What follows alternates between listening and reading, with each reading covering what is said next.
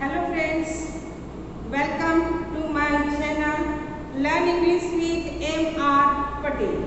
Subject English SL Standard 10 Unit 1 Against the Odds. વિષમતાઓની વિરુદ્ધ.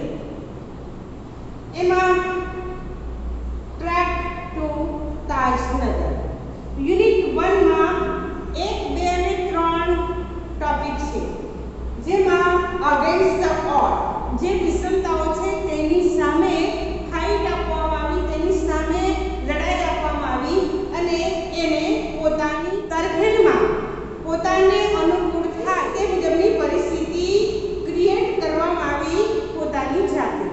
Track to Tajnagar against the odd.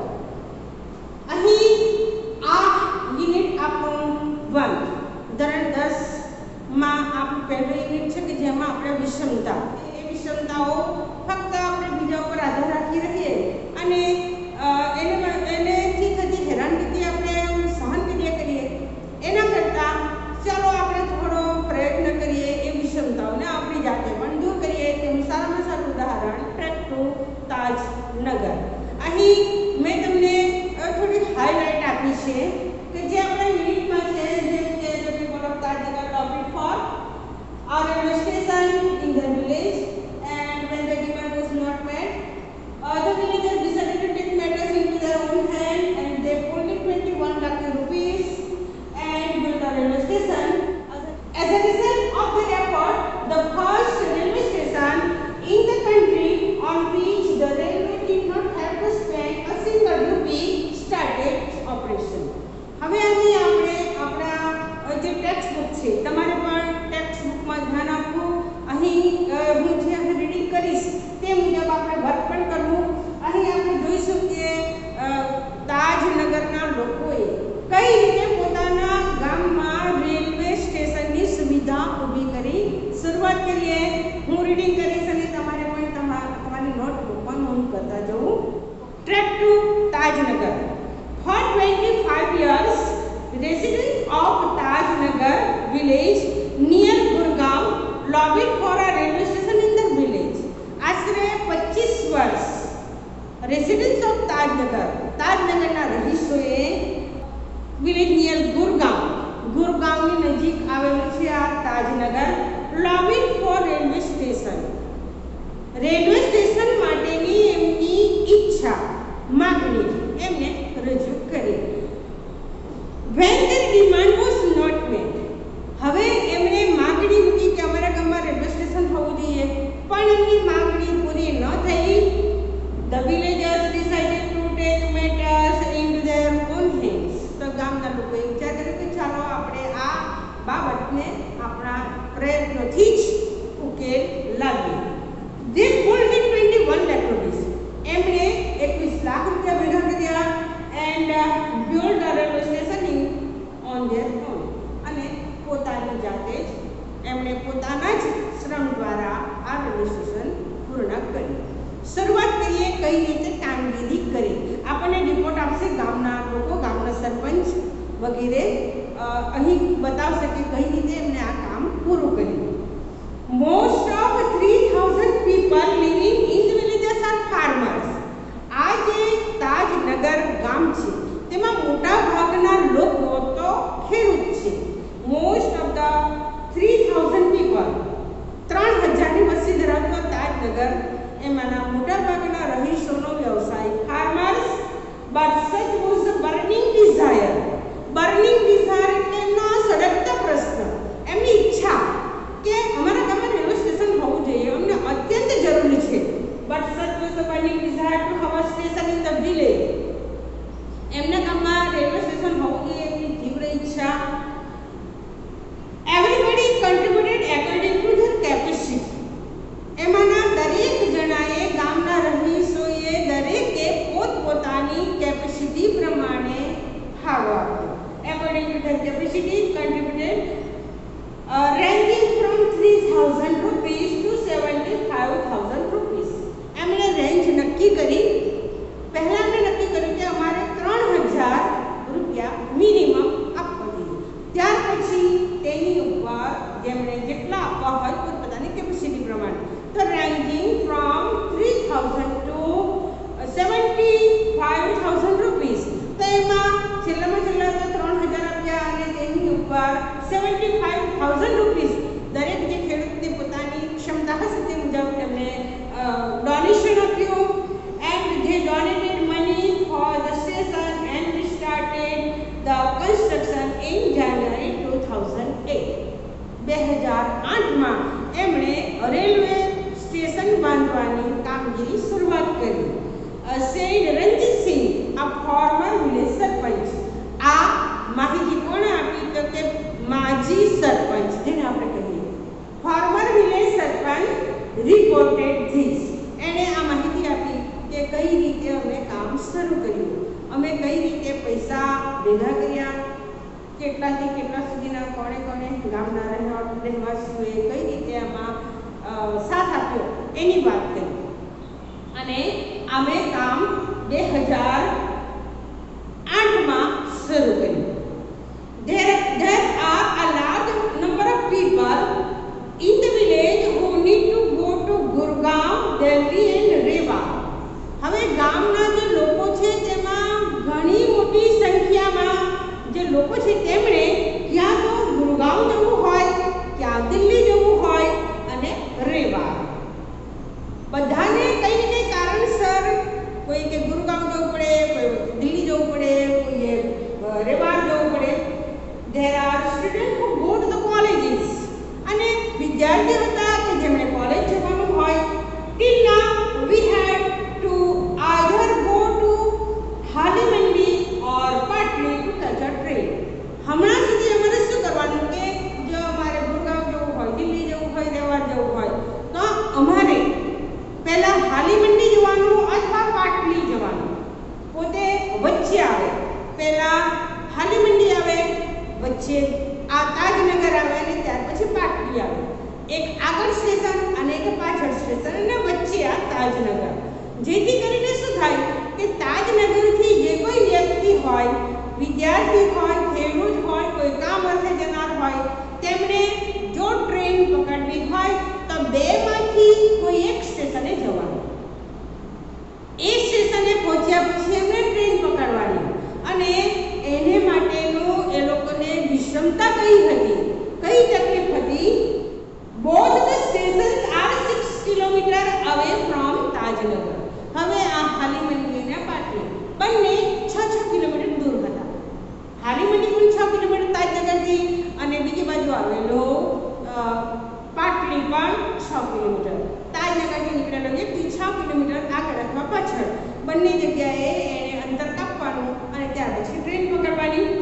We thought when the railway lines pass through the village we would have a station here. તો અમે વિચાર્યું કે હાલી મંડી અને પાટલી એ બે જગ્યાએ સ્ટેશન અને અમારા ગામમાં સ્ટેશન નહીં. એ લાઈન અમારા ગામમાંથી પસાર થાય. હાલી મંડીથી બેસીએ તો પણ વચ્ચે અમારું ગામ આવે, પાટલીથી બેસીએ તો પણ અમારું ગામ વચ્ચે આવે. તો પ્રશ્ન હતો સ્ટેશનનો. લાઈન તો અમારે ત્યાંથી પસાર થતી જ હતી. 6 કિલોમીટર જવા માટેના અમારા પૈસા બગડતા હતા અને સાથે અમારો સમય બગડતો હતો. બધી વખતે જે ખર્ચ થતો હતો તે જો વિચાર કરીએ તો અમે ડોનેશન આપ્યું, અમે જે પૈસા ભેગા કર્યા તેના કરતાં પણ વધી જાય. તો અમે બધાએ વિચાર કર્યો કે જો અમારા ગામમાંથી ફક્ત લાઈન પસાર થતી હોય તો ફક્ત સ્ટેશન બાંધવાની જરૂર છે અને એ પ્રશ્ન જો હલ થઈ જાય તો અમારા કેટલા બધાના કલાકો બચી જાય, કેટલા બધાના પૈસા બચી જાય, સુવિધા રહે, બીજા કામો પણ આગળ વધે. તો શા માટે સ્ટેશન ન બાંધવું જોઈએ? We thought when the railway line passed through the village we would have a station here, but that didn't happen. અમારી માંગણી પૂરી ન થઈ. So we raised the demand. એટલે અમે અમારી માંગણી ઉગ્ર કરી કે અમને સ્ટેશન આપો. So we raised the demand in 1982 and have been continuously asking for it. અમે 1982માં અમારી માંગણી તીવ્ર કરી અને કન્ટિન્યુઅસલી આસ્કિંગ કરી. એના માટે ચાલુ જ રાખી અમારી માંગણી કે અમને સ્ટેશન આપો. And but the railway told us that they did not have funds. ત્યારે અમને રેલવે જવાબ આપ્યો કે અમારી પાસે ફંડ નથી, અમારી પાસે પૈસા નથી રેલવે સ્ટેશન બાંધવાના. So finally we decided to craft our own destiny. To craft our own destiny, અમારું ભાગ્ય, અમારું નસીબ અમે જાતે જ ઘડવાનું, જાતે જ ડિઝાઇન કરવાનું પસંદ કર્યું. So we decided to craft our own destiny, said Hukamchand, a member of the committee. એક મેમ્બર હતો, કમિટી મેમ્બર હુકમચંદ. તેને અમને વાત કરી કે શા માટે આવું પગલું અમારે ભરવું પડ્યું, શા માટે અમારે જાતે સ્ટેશન બાંધવું પડ્યું. અમારી માગણી અતિ તીવ્ર હતી, અતિ જરૂરી હતી, તેથી અમે સ્ટેશન પાસે, રેલવે પાસે અમે માગણી કરી કે સ્ટેશન બાંધી આપો. પણ રેલવે સ્ટેશન, રેલવે એવો જવાબ આપ્યો કે અમારી પાસે ફંડ નથી. જો ફંડની ફક્ત મુશ્કેલી હોય તો ગામ લોકોએ કહ્યું કે આપણી જરૂરિયાત અત્યંત વધારે છે, તો ચાલો આપણે ફંડ ભેગું કરીએ અને સ્ટેશન આપણી જાતે બાંધીએ. એઝ અ રિઝલ્ટ અને એના પ્રયત્ન રૂપે the panchayat pass a resolution, ગામના પંચાયતે એક ઠરાવ કર્યો, એ પાસ કર્યો in 2008, saying that since the railway was not able to put the station for them, ઠરાવમાં એવું જણાવ્યું કે રેલવે એવું જણાવે છે કે એમની પાસે ફંડ નથી, તો હવે આ પ્રશ્ન અમારી જાતે જ અમે ઉઠાવે છે, અમારા ગામમાં સ્ટેશન અમે જાતે બાંધીએ છીએ. Able to station they would do it for themselves, તેઓ પોતાની જાતે એને બાંધશે, and with their own money, અને પોતાના પૈસે. Soon an 11-member team was formed and the team started collecting money from the villagers. તરત જ 11 સભ્યોની ટીમની રચના થઈ અને તેમણે સ્ટાર્ટ કર્યું ફંડ ઉઘરાવવાનું, લોકો પાસેથી પૈસા લેવાનું, પૈસા કલેક્ટ કરવાનું. પેલા 11 મેમ્બરની જે ટીમ બની એમણે શરૂઆત કરી. એન્ડ ઓન 7 જાન્યુઆરી 2010, 7 જાન્યુઆરી 2010માં as a result of their effort, એમના પ્રયત્નના લીધે the first railway station in the country on which the railway did not have to spend a single rupee started operation. And in 2010, as a result of their effort, the first railway station in the country on which the railway did not have to spend a single rupee started operation. આ તાજનગરના લોકોએ પોતાની જે વિષમતા હતી એને પોતાને અનુરૂપ કરવા માટે જે પ્રયત્નો કર્યા તે એમને પડતી જે મુસીબત હતી એમને પોતાની જાતે હલ કરી અને પોતાના એમના ગામ લોકોને જે તકલીફો પડતી હતી તેનો ઉકેલ લાવ્યા. Okay, question answer. Unit 1, track to Tajnagar. For what did the residents of Tajnagar lobbied? How long the residents of Tajnagar lobbied for a railway station? For 25 years. Second question, what did the villagers decide? Why? The villagers decided to take matters into their own hand as their demand was not met. Number 3, how much money did they collect? They pulled in 21 lakh rupees. Number 2, extract. What shows the burning desire of the people to have railway station in the village? Everybody contributed according to their capacity and they started the construction in the year 2000, January 2008. This shows the burning desire of the people to have station in the village. Number 2, what was the burning desire of the people? The burning desire of the people was to have a station in the village. And number 3, when did the construction of the station begin? The construction began in January 2008. Number 3, extract. Why did the villagers think that they should have a station in their village? The villagers thought that when the railway lines passed through the village, they would have a railway station there. What was the response of the railways to the villagers' demand?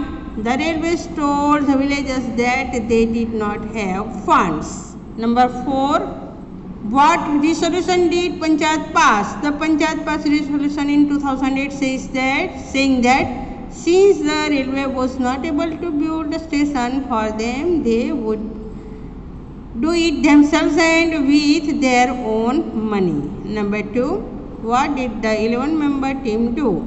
An 11-member team was formed and they started collecting money from the villagers. Number 3, what is special about the Tajnagar railway station? Tajnagar railway station is the first railway station in the country on which the railway did not have to spend a single rupees.